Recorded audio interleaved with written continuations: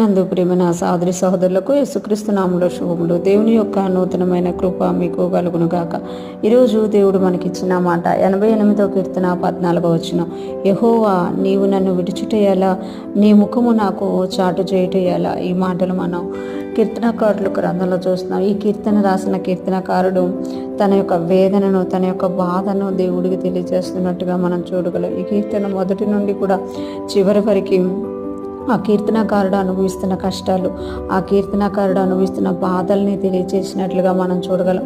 అక్కడ అంటున్నారు కదా, యెహోవా నీవు నన్ను విడిచుటేయాల అంటే కీర్తనకారుడు ఎంత ప్రార్థన చేసినా ఆయన ప్రార్థనకి జవాబు రాకపోయినప్పుడు, ఆయన శ్రమల్లో నుండి మార్పు రానప్పుడు, ఆయన శోధనల్లో నుండి బయటికి రానప్పుడు ఆ కీర్తనకారుడు పలుకుతున్న మాటలు ఏంటి అని అంటే, యెహోవా నీవు నన్ను విడిచుటేయాల అంటే దేవుడు నన్ను విడిచిపెట్టాడేమో, దేవుడు అందుకే నన్ను నా ప్రార్థనలకు జవాబు ఇస్తలేడు, దేవుడు నా మరణ ఆలకిస్తలేడు, దేవుడు నన్ను విడిచిపెట్టేయడం వల్లే నా జీవితంలో ఇంత కష్టం అవుతుందేమో అని ఆ బాధలో దేవుడికి అంటున్నాడు కదా, యెహోవా నీవు నన్ను విడిచుటేయాల. ఎందుకు అంటే దేవుడు మనల్ని విడువడు, ఎడబాయడు అని వాగ్దానం చేశారన్నమాట.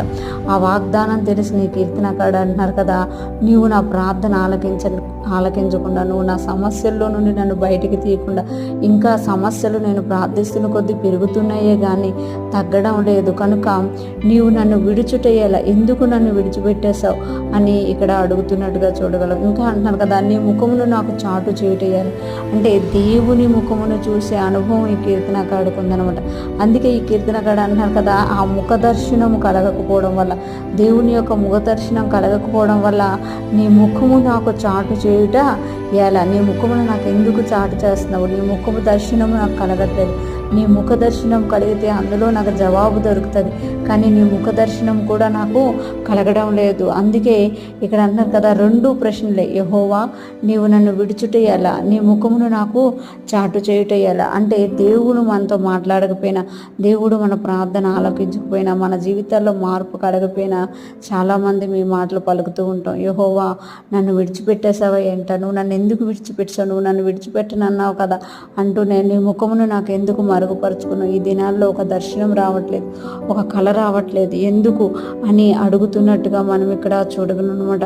మనలో కూడా చాలామంది మీ ఇలాంటి మార్గం గుండా వెళ్తున్నామేమో. దేవుడు అంటున్నారు కదా, నేను నిన్ను విడిచిపెట్టే దేవుడిని కాదు, నేను నిన్ను మర్చిపోయే దేవుడిని కాదు, ఎప్పుడైతే నువ్వు వెతుకుతావో నన్ను కనుక్కుంటావు అని దేవుడు తెలియజేస్తున్నమాట.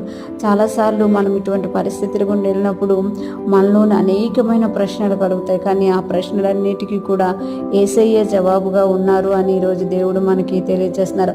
ఆ కీర్తనకారుడు తన వేదనలో, తన బాధలో దేవుడు తనను విడిచిపెట్టేశారేమో అనుకొని యెహోవా నన్ను విడిచిటేయాలా, నీ ముఖము నాకు మరుగు చేసుకుంటేయాలా అని అంటున్నారు. కానీ దేవుడు మనల్ని దర్శించే దేవుడు అన్నమాట. ఆయన మనల్ని విడిచిపెట్టడు, ఆయన ముఖమును మనకి చాటు చేయడం అన్నమాట. ఈరోజు ఫ్రెష్ మన ఉంటున్న ప్రతి ఒక్కరం కూడా మన ప్రార్థనలకు జవాబు పొందుకొని ఆయన ముఖ దర్శనం చేసుకుంటూ ముందుకు సాగిపోదుము గాక. దేవుని కృప మనందరికీ తోడయుండి నడిపించును గాక. ఆమేన్.